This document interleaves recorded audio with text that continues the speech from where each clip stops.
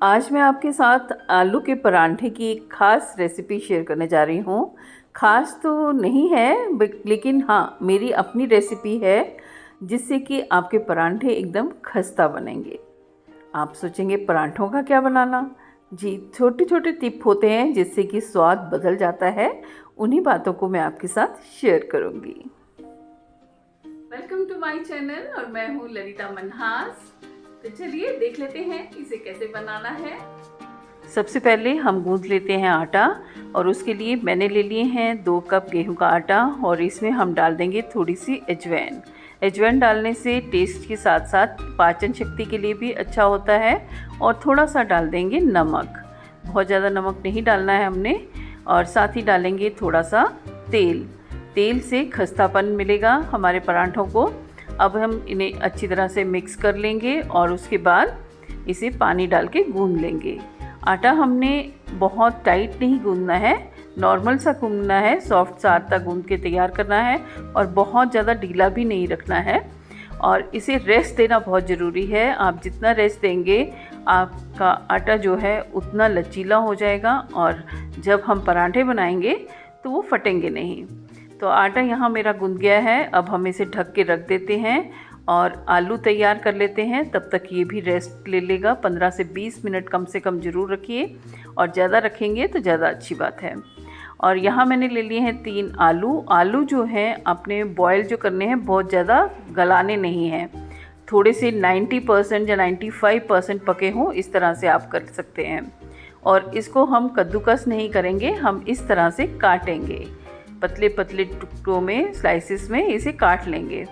कद्दूकस करने से क्या होता है, बिल्कुल आटा जैसा बन जाता है, तो उसका उतना खस्ते पराठे नहीं बनते हैं और ना ही आलूओं का टेस्ट ठीक से मुंह में महसूस होता है।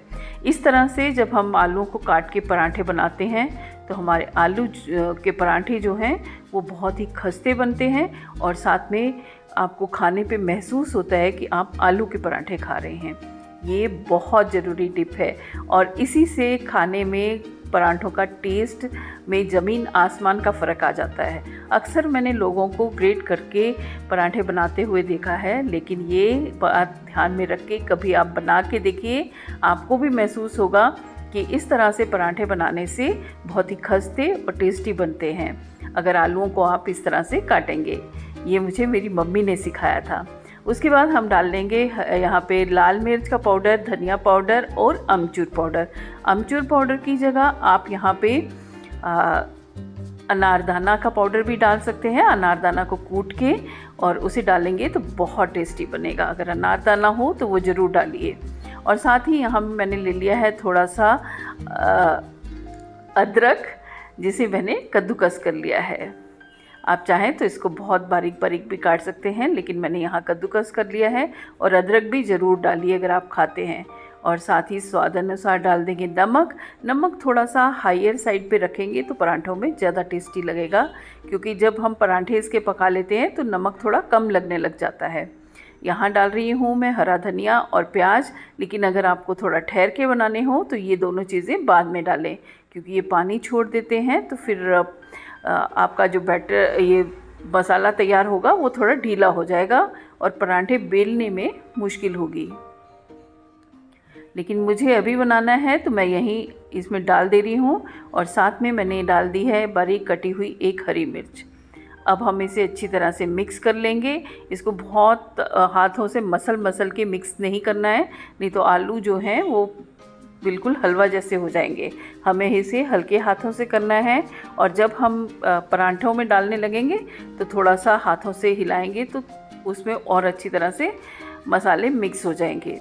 हमारी कोशिश यही रहनी चाहिए कि हम ये जो आलू के टुकड़े हैं इन्हें तोड़े ना, मिक्स हो जाए लेकिन टूटे ना, तो उससे टेस्ट में बहुत अंतर आता है। आप एक बार बना के ज़रूर देखिएगा। तो चलिए अब बना लेते हैं पराठे। ये फिलिंग हमने तैयार कर ली है और आटा हमने गूंद के रखा है, उसे एक बार फिर से मसल लेंगे। अब 15-20 मिनट हो गए हैं आटे को रखे हुए, तो मैं इसे एक बार फिर से गूंद लूँगी। ऐसा करने से ये अच्छी तरह से सॉफ्ट हो जाएगा। आटा बिल्कुल सॉफ्ट होना चाहिए जब आप इसको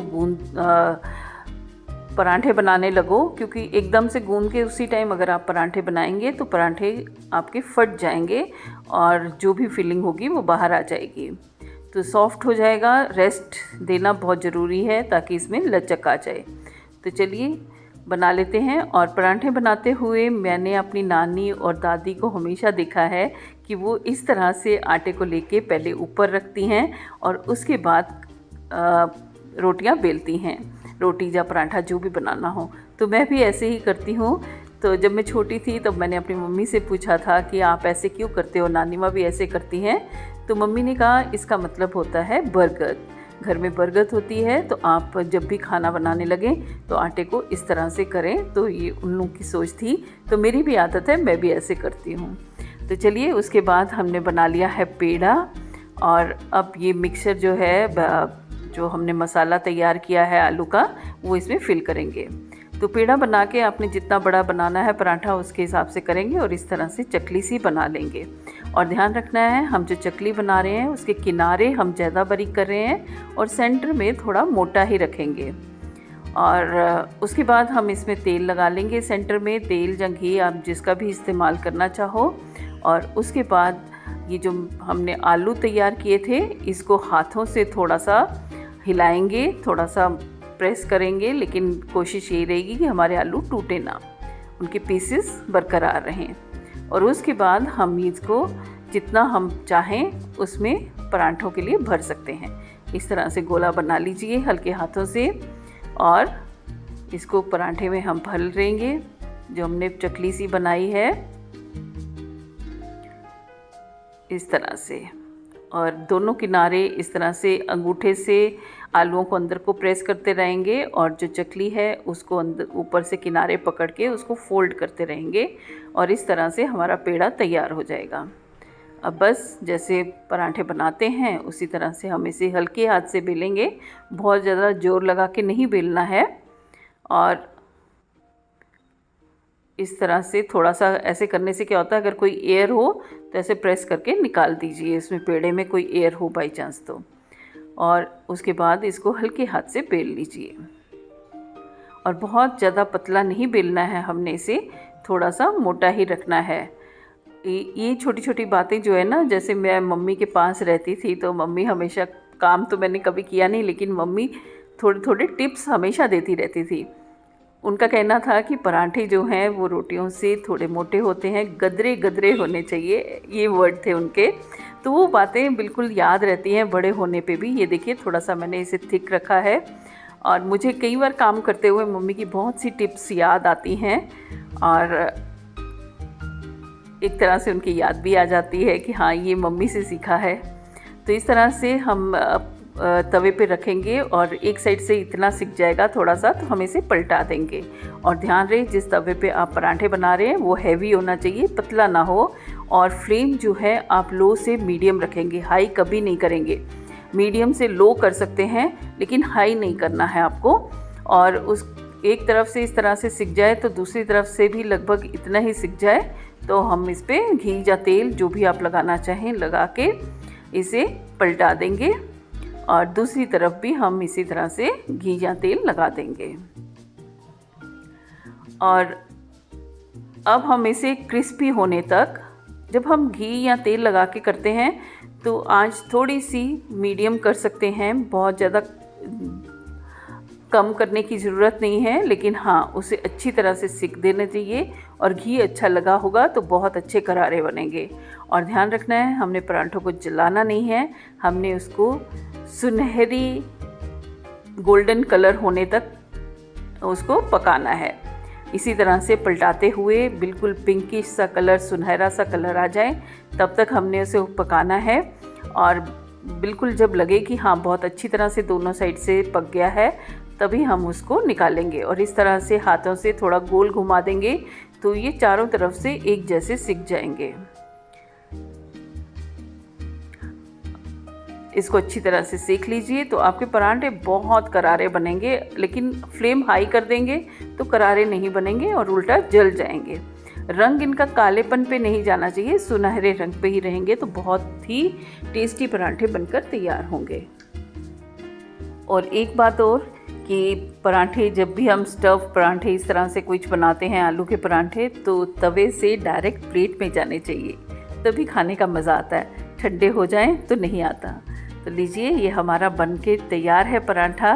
बिल्कुल हम इसे निकाल लेंगे और मैं आपको एक और तरीके से बना के सिखाती हूँ कि दूसरे तरीके से हम फिलिंग कैसे कर सकते हैं। वो 2 पेड़े लेके हम करेंगे। ये बन के तैयार है। उसको हमारी मम्मी द्रोपड़ बोलती थी, पता नहीं कुछ ऐसे ही बोलती थी। तो इस तरह से हमने 2 पेड़े लेने हैं और ये पेड़े बहुत बड़े नहीं लेने, क्योंकि ये दोनों पेड़े जब मिलके बनेंगे तो बहुत बड़ा सा पराठा बन जाएगा। तो इस तरह से चकली बना लेंगे दोनों पेड़ों की। और इसमें क्या है, इसमें पतले पतले पराठे बन के तैयार होंगे। पेपर पराठा भी कहते हैं इसे। और द्रोपड़, पता नहीं, मेरे ख्याल से द्रोपड़ ही बोलती थी, अभी मुझे ठीक से याद नहीं आ रहा है। तो हम इनको बेल लेंगे और कोशिश करेंगे किनारों पे ज़्यादा पतला करें, सेंटर से नहीं, क्योंकि वहाँ फिलिंग जब हम भरेंगे तो उसकी वजह से वहाँ से फटने का डर हो सकता है अगर ज़्यादा पतला होगा आपका पराठा। तो कोशिश यही है कि हमारे साइडों से हम इसको बेल के थोड़ा थोड़ा इसको फैला लें, और बहुत ज़्यादा नहीं हमने बेलना है इसको। पहले हम फिलिंग भरेंगे और उसके बाद हम इसको बेलेंगे। अब ये दोनों छोटी छोटी रोटियां हमने बना ली हैं और इसमें लगाएंगे घी या तेल, जो भी जिससे भी आप बनाना चाहते हैं। और उसके बाद हम इसमें फिलिंग भरेंगे। अब ये मैं दूसरी साइड में भी लगा ले रही हूँ तेल या घी, जो भी आप जिससे भी आप बनाएं। और उसके बाद जिस साइड हमने घी या तेल लगाया है उसी साइड हम रख देंगे आलू का मिक्सचर। ये मसाला जो हमने बना रखा है आलू का, ये रख देंगे और अच्छी तरह से फिल कर लेंगे। मैक्सिमम जितना आप डाल सकते हो उसमें अच्छी तरह से भर लीजिए। और उसके बाद घी वाली साइड दूसरी वाली की नीचे करके, अंदर वाली साइड करके उंगलियों से आप साइडों से अच्छी तरह से इसे प्रेस करें और इस तरह से ये जुड़ जाएंगे। और सेंटर में भी हथेली से प्रेस करें ताकि जो हवा वगैरह उसमें होगी अंदर रोटी के, वो निकल जाएगी। अब इसे इस तरह से चकली बना लीजिए और बिल्कुल जैसे आम रोटी या पराठा बेलते हैं वैसे ही बेल के हम इसे तैयार करेंगे। ऐसा 2 एक साथ जब बेलती हैं तो ये 2 पतली पतले पराठे बन जाते हैं और ये और क्रिस्पी बनते हैं, क्योंकि जब अकेली अकेली छोटी छोटी पतली पतली परत जब सिकती है तो और ज़्यादा क्रिस्पी हो जाते हैं। आप चाहें तो इस तरह से भी बना सकते हैं, और अगर आप चाहें तो बिना तेल की भी बना सकते हैं। और ये जो 2 पेड़े लेके हमने बनाया है, इसके लिए भी फ्लेम आपको वही रखना है, मीडियम से लो, हाई पे नहीं करना है। जैसे हमने पहला पराठा सेका था सेम उसी तरह से सेक लेंगे। और कई बार क्या होता है कि हम लोग घी या तेल नहीं खाना पसंद करते हैं। फैमिली मेम्बर्स में कुछ मेम्बर्स ऐसे भी होते हैं जो नहीं खाते हैं तेल या घी, तो उनके लिए आप स्टफ़ पराठा जब बनाएं तो वो आपको थोड़ा सा टाइम लगेगा। ऑयल वाला थोड़ा जल्दी बन जाता है और बिना ऑयल वाला थोड़ा सा टाइम ज़्यादा लेता है, लेकिन बनता बहुत टेस्टी है। आप वैसे भी कभी बना के देखिए। तो उसमें क्या करना है, जैसे हम इसमें तेल लगा रहे हैं, हमने तेल नहीं लगाना और बिल्कुल लो फ्लेम पे ही उसे पकाना है शुरू से एंड तक। एक तरफ से आराम से सिकने दीजिए। भूल जाइए कि आपने पराठा रखा है, लेकिन हाँ इतना भी मत भूल जाइए कि वो सड़ जाए, कि काफ़ी टाइम लगेगा। मतलब आपको इतना स्लो हीट पे आपको उसको पकाना है। स्लो हीट पे पकाने से क्या होगा कि पराठा अंदर तक धीरे धीरे अच्छी तरह से सिकेगा और वह कच्चा नहीं लगेगा। और उसके बाद इसी तरह से पलटाना है। जैसे हम घी लगा रहे हैं, बिना घी के आपने उसको बनाना है। और दोनों तरफ से बहुत तसल्ली से बिना घी के जब आप सेक के वो पराठा खाएंगे, और आपको ऐसे फ्राइड नहीं खाना है, ऊपर उसके वैसे देसी घी लगा के खा लेंगे, जब बिना घी के भी खाएंगे दही के साथ, तो बहुत टेस्टी लगेगा। तो अगर कोई बिना घी के बनाना चाहता है तो वो टिप ज़रूर ध्यान रखिए, बिल्कुल स्लो हीट पे बना के देखिएगा। और ये जो पराठा हम बना रहे हैं, इसे हमने बिल्कुल जैसा पहला पराठा बनाया था उसी तरह से सेकना है। सेकने का कोई चेंज नहीं है, सिर्फ बेलने में फ़र्क है। और उसके बाद बहुत अच्छी तरह से दोनों तरफ से सिक जाए तो फिर हम इसे निकाल लेंगे। ये हमारा पराठा बनकर तैयार है। ये देखिए इसकी परतें कैसे अलग हो रही हैं बहुत आराम से। तो हम इसे निकाल लेते हैं और कर लेते हैं सर्व। तो सर्व करने के लिए आप चाहें तो इसे साबुत इसी तरह से सर्व कर सकते हैं, चाहे तो टुकड़ों में काट के कर सकते हैं, लेकिन ध्यान रहे कि इसे डायरेक्ट तवे से प्लेट में डालेंगे तो बहुत टेस्टी लगेगा। ठंडा होने पे कोई स्वाद नहीं आता है स्टफ़ परांठों का। तो इस तरह से मैंने इसे काट लिया है और इसे हम इस तरह से रख देंगे। और दूसरे वाले परांठे को आप चाहें तो साबुत इसी तरह से कर सकते हैं सर्व, या फिर इसको अलग अलग करके इसके रोल्स बना के भी दे सकते हैं। रोल बनाने पे मुझे अपनी नानी की याद आ गई। तो जब हम छोटे थे तो वो हमें इस तरह से रोल बना के देती थी। आजकल फैंसी नाम आ गए हैं, फ्रैंकी, लेकिन हमारी नानी तो इसे कुग्गू बोलती थी। तो चलिए, हमारे भी पराठे बनकर तैयार हैं। तो इसे हम सर्व करेंगे दही के साथ। आप किसी रायते के साथ खा सकते हैं, चाहे इसे प्लेन दही के साथ, लेकिन उसमें काला नमक और काली मिर्ची पिसी हुई डाल के खाएंगे तो बहुत टेस्टी लगेगा और स्वाद तो बढ़ेगा ही, और ये हाजमे के लिए भी अच्छा होगा। तो लीजिए, हमारे पराठे बनकर तैयार हैं। आप इसे एक बार ट्राई ज़रूर करिएगा। जल्दी मिलती हूँ अपनी अगली रेसिपी के साथ। तब तक के लिए बाय बाय।